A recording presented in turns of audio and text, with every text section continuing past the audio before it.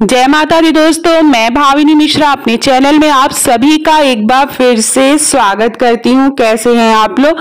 आशा करती हूँ आप सब स्वस्थ और सुरक्षित होंगे। आप सभी को करवा चौथ व्रत की बहुत बहुत शुभकामनाएं। इस वीडियो में मैं आपसे शेयर करने जा रही हूँ कि चौकी कब हटाएंगे। जो हमने पूजा करी है उसकी चौकी कब हटाएंगे। जो भी सामान हमने चढ़ाया है जैसे फल फूल माला श्रृंगार का सामान, सरई है, जल है, करवे में जो भर के रखा हुआ है उसका क्या करेंगे। जो फोटो है, चुनरी है, नारियल है, तो इन सारी चीजों का हमें क्या करना है, कैसे करना है, पारण कैसे करेंगे, व्रत के बाद हमें कौन सा काम नहीं करना चाहिए और उसके बाद हमें कैसे दान दक्षिणा करनी है, संपूर्ण जानकारी आपको इस वीडियो में मैं दूंगी। तो सबसे पहले मैं आपको बता दूं कि हमें सुहाग कैसे लेना रहता है पूजा के बाद। तो सुहाग लेने के लिए हमें माँ को 7 बार सिंदूर चढ़ाना होता है, फिर 7 बार अपनी मांग में लगाना होता है, फिर हाथ धो के 7 बार माँ को सिंदूर चढ़ाना होता है। तो जब भी आप चौकी हटाएंगे जो श्रृंगार का सामान है उसमें श्रृंगार के सामान में से आपको प्रसाद के रूप में जो है चूड़ियां, आप 1-2 चूड़ियां अपने हाथों में पहन लें, बिंदी लगा लें। जो भी श्रृंगार का सामान चढ़ाया है कुछ सामान प्रसाद के रूप में अपने पास रखेंगे। जो बाया की थाली है, जो श्रृंगार का सामान है, वो आप अपनी सासू माँ, जेठानी, देवरानी, ननद किसी को भी देकर, अपने ससुराल पक्ष में किसी को भी देकर उनका पैर छूकर आशीर्वाद लेना रहता है। जैसा कि मैंने बताया, मैंने और भी चीजें बताई हैं जैसे कि सास नहीं है तो किसे देंगे, जेठानी को आप दे सकते हैं, देवरानी को, चचिया सास को दे सकते हैं। और अगर कोई नहीं है, आप अकेले रह रहे हैं, कहीं फ्लैट्स में रहते हैं, अलग रहते हैं, तो वहां पे क्या करेंगे, उनके नाम से आप बाया की थाली निकाल दें, फोन पर आशीर्वाद ले लें और जब मिलेंगे आप तब उन्हें दे सकते हैं। तो इस बात का हमें ध्यान रखना है। सास विडो है तो क्या करेंगे, आप उनके लिए कुछ पैसे, रुपए और दक्षिणा और कपड़े आप निकाल के उनको आप दे के उनका पैर छू के आप आशीर्वाद ले सकते हैं। और जो सुहाग का सामान है वो आप किसी सुहागिन महिला को दे सकते हैं।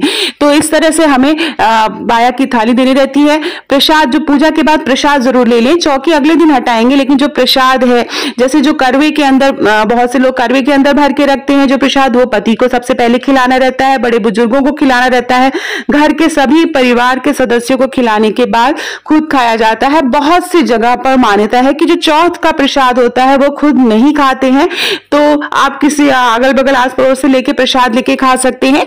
बहुत सी जगह खाया जाता है। तो ये जो करवे के ऊपर सारी चीजें रखी हुई हैं, ये देखिए, जो भी प्रसाद है उसे हटा लेंगे। तो प्रसाद जैसे सिंगाड़ा है, फल है, वो सारी चीजें हमें हटा लेनी है इस तरह से। और सबसे पहले जो करवे के ऊपर सामान जो आपने रखा है उसे आपको पति को खिलाना है।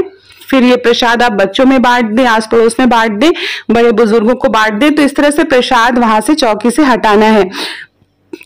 ये देखिए, अब चूंकि करवों में मैंने जल भरा था तो ये जल हम कहाँ डालेंगे, तो जल को आप किसी पेड़ पौधे में आप डाल देंगे, तुलसी की क्यारी में डाल देंगे।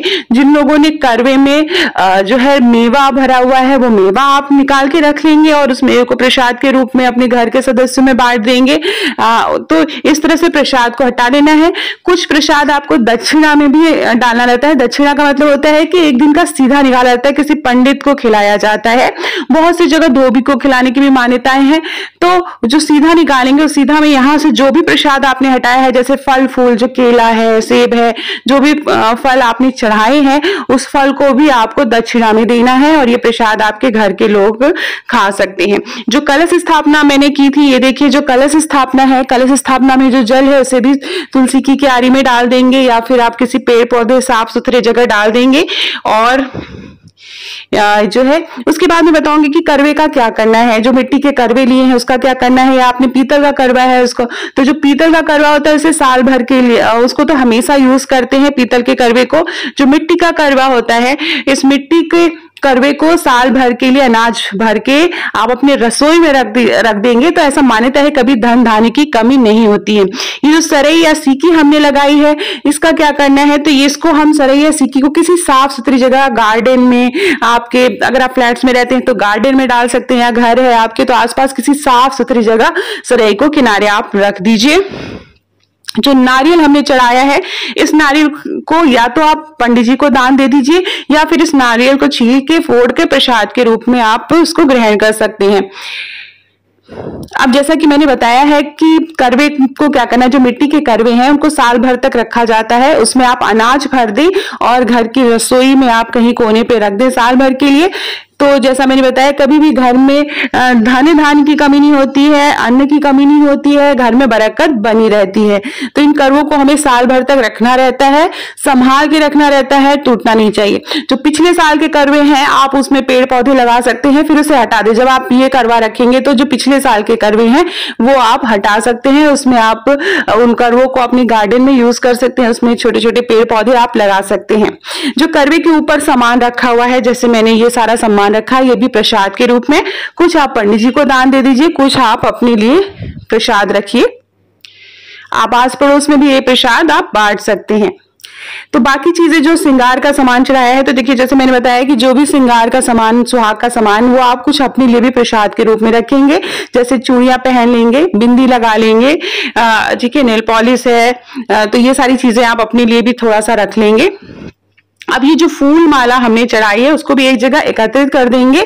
पहले नदी में बहाने की प्रथा थी, लेकिन आजकल मना होता है नदी में, तो आप इसको गार्डन में, आपके घर का बगीचा होगा या आपने गमले रखेंगे, उसमें मिट्टी खोद कर वहां पर आप उसको विसर्जित कर देंगे, उसको वहां पे रख देंगे।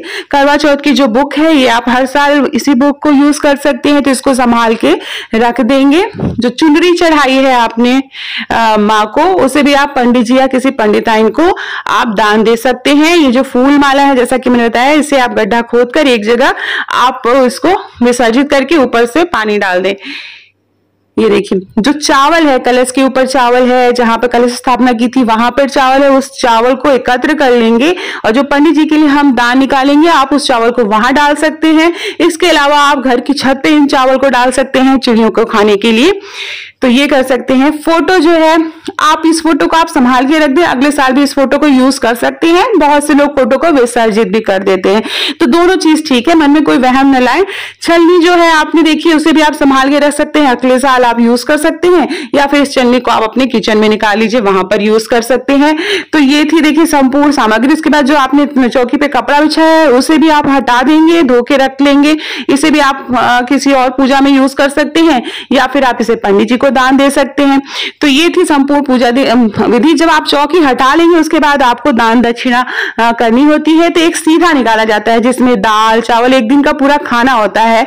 दाल चावल जो है, कुछ आलू डाल देंगे, टमाटर डाल देंगे, नमक, हल्दी, फल फूल, इसमें से जो आप प्रसाद चढ़ाया है वो डाल देंगे।